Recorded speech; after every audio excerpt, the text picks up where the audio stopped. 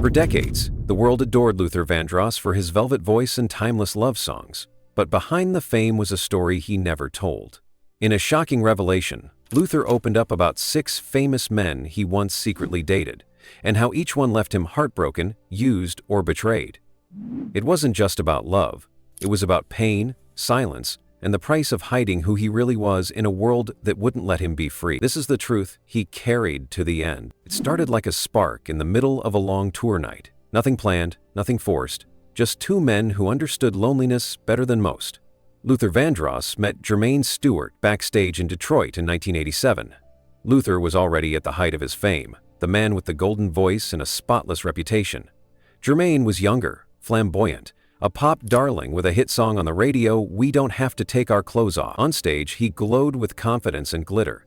Off stage, he was fragile, chasing validation in every room he entered. That night after the show, they ended up at the same after-party. The air was thick with cigarette smoke and laughter, but Luther barely noticed anyone else.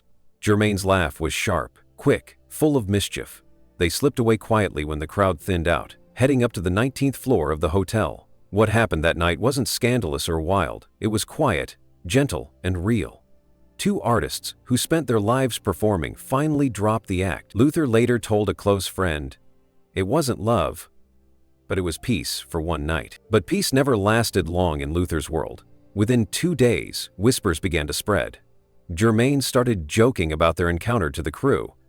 At first it sounded playful, a teasing remark here and there about candles or music choices. But soon, the jokes grew sharper, meaner. "He made me shower before bed," Germaine laughed during soundcheck. "Said he couldn't stand the smell of hair dye." The dancers chuckled. Someone repeated it to another crew member. By the time the tour reached Chicago, everyone was laughing, except Luther. The worst moment came during a live radio interview. When asked about recent rumors, Germaine smirked and said, "Some people can sing with all their heart, but can't live honestly with it." The host laughed, knowing exactly who he meant.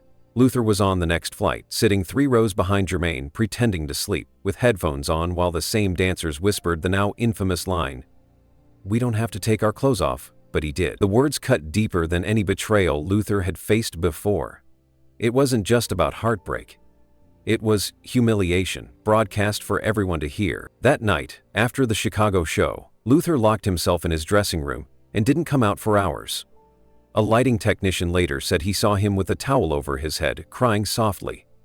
All Luther said was, "Shouldn't have trusted. Shouldn't have opened that door." From that moment, Germaine became a ghost in his life. Erased, unspoken, but never forgotten.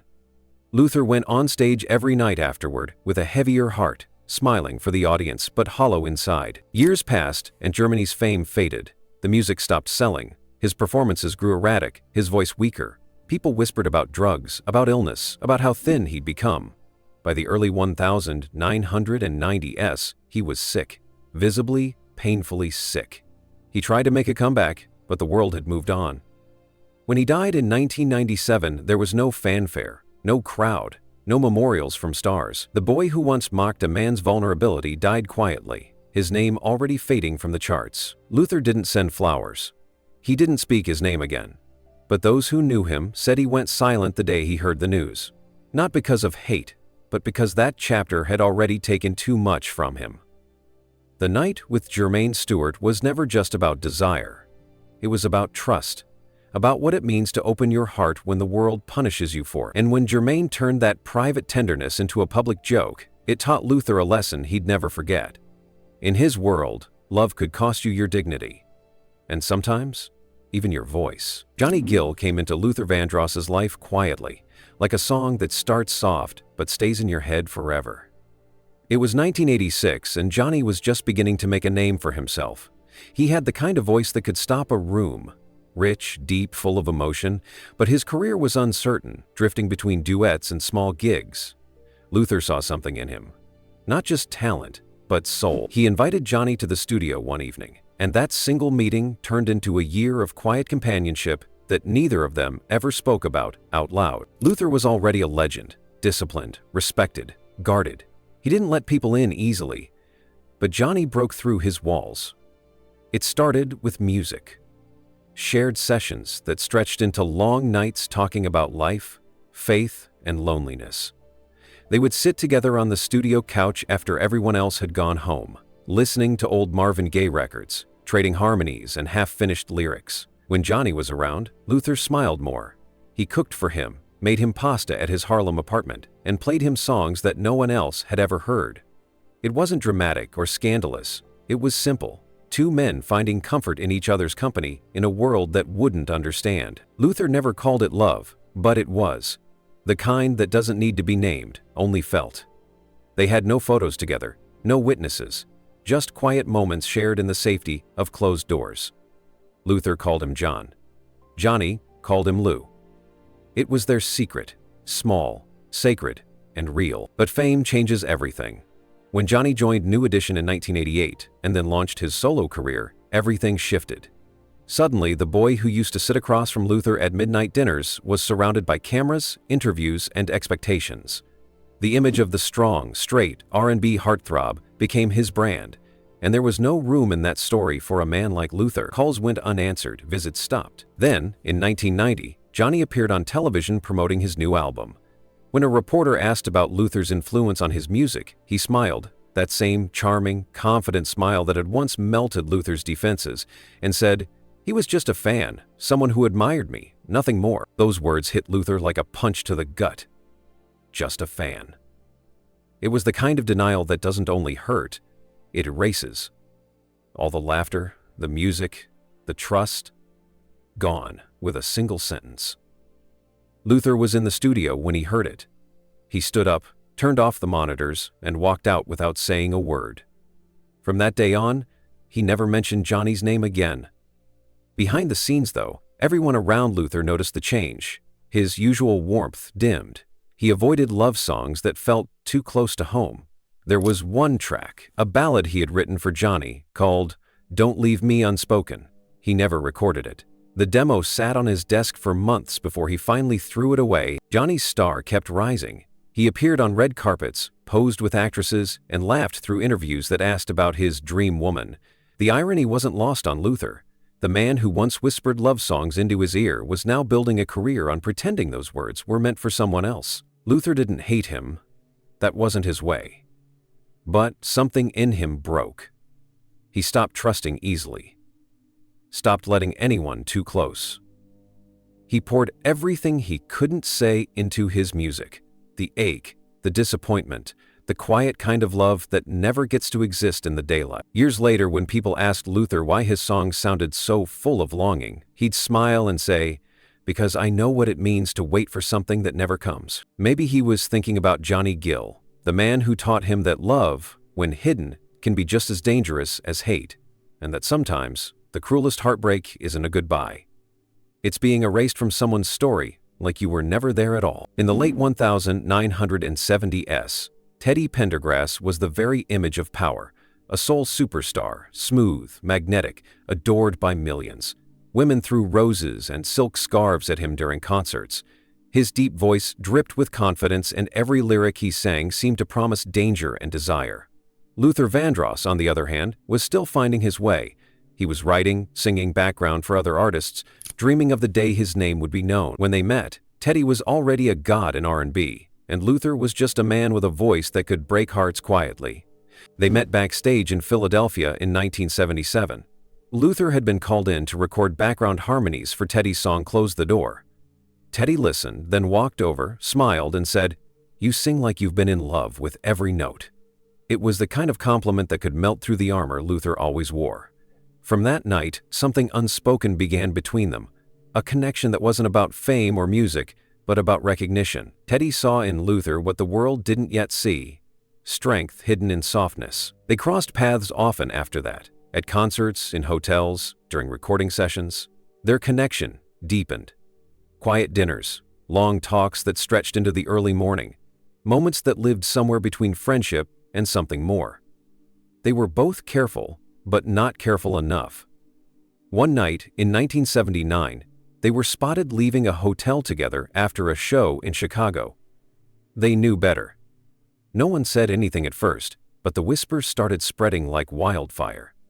In those days, a rumor like that could ruin a career, and for Teddy, the self-proclaimed symbol of masculinity, It was a threat he couldn't afford. In June 1980, during a press conference in New York, a reporter asked the question everyone had been whispering. "Are you and Luther Vandross involved?" The room fell silent. Teddy didn't pause. He laughed. A sharp, cruel laugh that echoed across the microphones and said, "I'm a real man. I don't sing for no gay stuff." The crowd laughed with him. And just like that, the bond that had once meant something real turned to ashes. Luther wasn't there, but he heard about it within hours. Friends said he locked himself in his apartment and didn't speak to anyone for days. He wasn't crying because he'd been exposed. He was crying because someone he trusted had chosen public pride over private truth. That one sentence from Teddy didn't just humiliate him. It carved a scar that would never heal. Luther stopped taking Teddy's calls. He never spoke his name again. Then, just 2 years later, fate struck. In March 1982, Teddy's car crashed in Philadelphia. The accident left him paralyzed from the chest down. The city mourned the tragedy, but behind closed doors, some whispered that karma had finally caught up. Luther never said a word about it. Not out of spite, but out of sorrow. He couldn't bring himself to hate Teddy, but he couldn't forgive him either. Teddy tried to rebuild his life and career. He recorded again, smiled for the cameras, but the spark was gone. The voice was there, but the power behind it wasn't. He grew quieter, more withdrawn. People said he became haunted, not just by the accident, but by the choices he'd made long before it. Luther, meanwhile, kept singing. He sang of love and heartbreak, but never revenge. Still, those close to him said that every time he sang a song about love denied or words left unsaid, he was thinking of Teddy, the man who once whispered to him in private, then laughed him away in public. When Teddy died in 2010, 5 years after Luther, people remembered him as the man who defined soul seduction. But somewhere in that legacy was another story. One about love, fear, and betrayal. The man who once called himself a real man had mocked the only person who truly saw his humanity. And Luther, the one he shamed, carried that wound quietly until the end, proving that strength isn't in denial. It's in surviving what pride destroys. They met in 1984 in a haze of vinyl, sweat, and cigarette smoke. Frankie Knuckles was already a name in Chicago, the godfather of house music, spinning magic in dark clubs where freedom lived under flashing lights. Luther Vandross was something else entirely. A soul legend, polished, private, carrying his pain in his voice but never in his words. Their worlds weren't meant to collide, but somehow they did. A mutual friend in the remix business introduced them. Frankie had made an unauthorized remix of A House Is Not a Home and sent it to Luther with a note that said, "Listen to this at midnight, you'll understand." Luther did. He played it once, then twice, and something about it, the heartbeat rhythm, the loneliness between the beats, pulled him in. 2 weeks later, they met at a small R&B party in New York. Frankie wore a gray turtleneck and had a calm smile that made Luther drop his usual defenses. They talked for 3 hours straight, no flirting, no tension, just two men who felt seen. Their connection grew quickly. It wasn't a romance at first, but there was a closeness that blurred lines. Frankie had a way of making Luther laugh, really laugh, the kind of laugh that cracked the walls he'd built over years of hiding. They started spending time together whenever Luther was in Chicago. Studio nights turned into long talks. Luther sang while Frankie played with soundboards, remixing his voice into something hypnotic. It felt safe. Two artists, two souls, no cameras, no expectations. Then came that night, the night Luther thought he had found trust again. It was January 1985. Luther had just finished a secret concert in Chicago and slipped out of the venue unnoticed. He met Frankie afterward, and they went to Frankie's apartment, where the skyline glowed dimly through the blinds. There was wine, laughter, and music. At some point, Frankie asked Luther to sing something. "Just for me," he said. Luther hesitated, then softly began to sing If This World Were Mine. No mic, no lights, just his voice floating through the room. Frankie smiled and told him it was the most honest thing he'd ever heard. But what Luther didn't know was that Frankie had already pressed record. Hidden under the soundboard was a small tape deck, quietly capturing everything. The confessions, the laughter, the song, even the trembling in Luther's voice when he whispered, "If people knew who I really was, I'd lose everything." A few weeks later, Luther found out. A friend who worked in Chicago's underground scene sent him a cassette from one of Frankie's late-night parties. On it, between beats and synth lines, was Luther's voice. Chopped, remixed, distorted. The crowd cheered when they recognized it. They laughed when the words, "I've never really been myself," echoed over the bass. The intimacy that had once felt sacred was now entertainment. Luther didn't scream. He didn't call. He just sat in silence, holding the tape in his hands. Later that night, he burned it, along with every recording connected to Frankie. The demo of If This World Were Mine. The handwritten notes, even the tiny scrap of paper Frankie had once left behind that said, "Thanks for not locking the door." After that, Luther canceled all his Chicago shows for 3 years. He refused every offer from DJs or producers linked to Frankie. When people brought up his name, Luther would only say, "Turn it off." That was all. No anger, no explanation, just finality. Frankie kept playing the remix. He never said Luther's name, but everyone in the scene knew who the voice belonged to. He called it honest art, but Luther knew better. For him, it was theft. The kind that didn't just steal a song, but a piece of his soul. Years later, when asked why he distrusted the industry so deeply, Luther simply said, "Because even love can sound like betrayal when someone presses record." It was the only time he ever spoke about Frankie Knuckles, and the night that turned his vulnerability into a beat for strangers to dance to. It began quietly, like most dangerous stories do, in a backstage hallway lined with cameras, laughter, and secrets. It was March 1987, the night of the Soul Train Awards in Los Angeles. Eddie Murphy was at the height of his fame, the unstoppable comedian, Hollywood's golden boy, walking with a confidence that filled every room he entered. Luther Vandross was there too, fresh off the success of Give Me the Reason, glowing with the kind of grace that came from talent, pain, and control. They met behind the curtain, just for a moment. A handshake, a joke, a smile that lingered a little too long. No one thought twice about it. But for both men, something unspoken began that night. Over the next few months, they crossed paths often. Private parties, studio sessions, quiet dinners. They shared more than laughter. They shared a loneliness that only men who lived under constant scrutiny could understand. Luther, with his soft-spoken charm, found comfort in Eddie's energy. Eddie, behind the jokes, found something rare in Luther: peace. Away from the noise of fame, they could just exist. No cameras, no expectations. People close to them said they had a rhythm. Not quite lovers, not quite friends, but something in between. Luther would cook for him, play unreleased songs, sing softly in that velvet voice that made the air feel heavy. Eddie would listen, sometimes join in, sometimes just sit back and watch, grinning like a man who'd finally stopped performing. For Luther, it felt like a miracle, someone who saw him without judgment. For once, he didn't have to hide behind the stage lights. For Eddie, it was a risk, but one he took willingly. Until the world caught up. In the early hours of May 2, 1997, Los Angeles police stopped Eddie Murphy's car on Santa Monica Boulevard. In the passenger seat was a transgender woman known to the police for sex work. Eddie wasn't charged, but the story exploded overnight. Headlines screamed, reporters circled his house, late-night hosts made jokes. Hollywood turned cold. The fallout was immediate. Eddie's team worked around the clock to save his image. They scrubbed, silenced, buried, anything that could hint at scandal. And somewhere in that frantic damage control, someone remembered Luther Vandross. There were whispers, rumors from years past, stories that never made the press but still lingered in industry circles. 3 days later, on May 5, a team of lawyers arrived at Luther's home. They handed him a legal document, an NDA, demanding that he never speak publicly or privately about his connection to Eddie Murphy. No interviews, no songs, no suggestive material. If he refused, they threatened to go to the tabloids first. Luther didn't argue. He didn't sign either. He just sat there, silent, holding the papers in his lap. The hurt wasn't in the threat. It was in the realization that Eddie, the man he once trusted enough to let in, was now protecting himself from him. It wasn't just betrayal.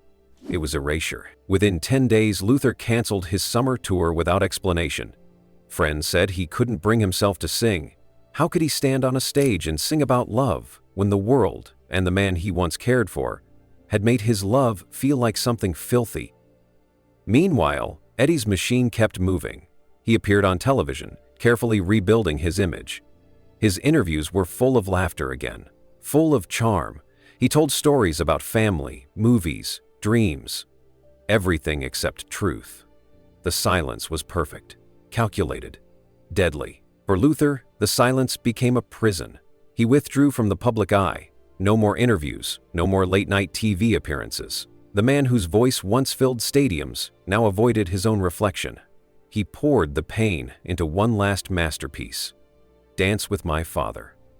On the surface, it was about family and loss, but those who really listened could hear it, that ache of someone who had loved deeply, quietly, and lost everything for it. After his stroke in 2003, Luther's world grew smaller. He rarely spoke about the past. But close friends said there were moments, late nights in the studio, quiet talks after prayer, when he'd mention Eddie's name. Not with anger, not even with bitterness, just sadness.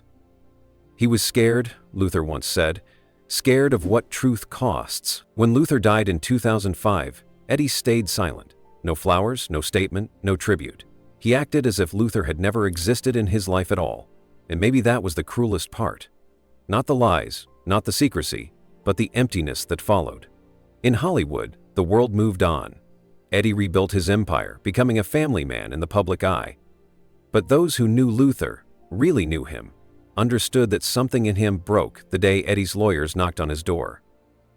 It wasn't just a heartbreak. It was the final silence, because for Luther, love had always been something he had to hide. And when the one person he believed might finally stand beside him chose fear over truth, it confirmed what he'd always dreaded, that in this world, some loves were never meant to be spoken aloud. He used to say, "Silence can save your image, but it kills your soul." And maybe that's why in his final years, he sang softer, slower, like a man still trying to breathe through the weight of everything he could never say. Eddie's silence became his legacy, the one that outlasted fame, the one that still lingers in the pauses between Luther's final notes. Because some betrayals don't come with words or violence, they come with nothing at all. No goodbye, no explanation, just silence. And that silence, more than anything, was what broke Luther Vandross's heart for good.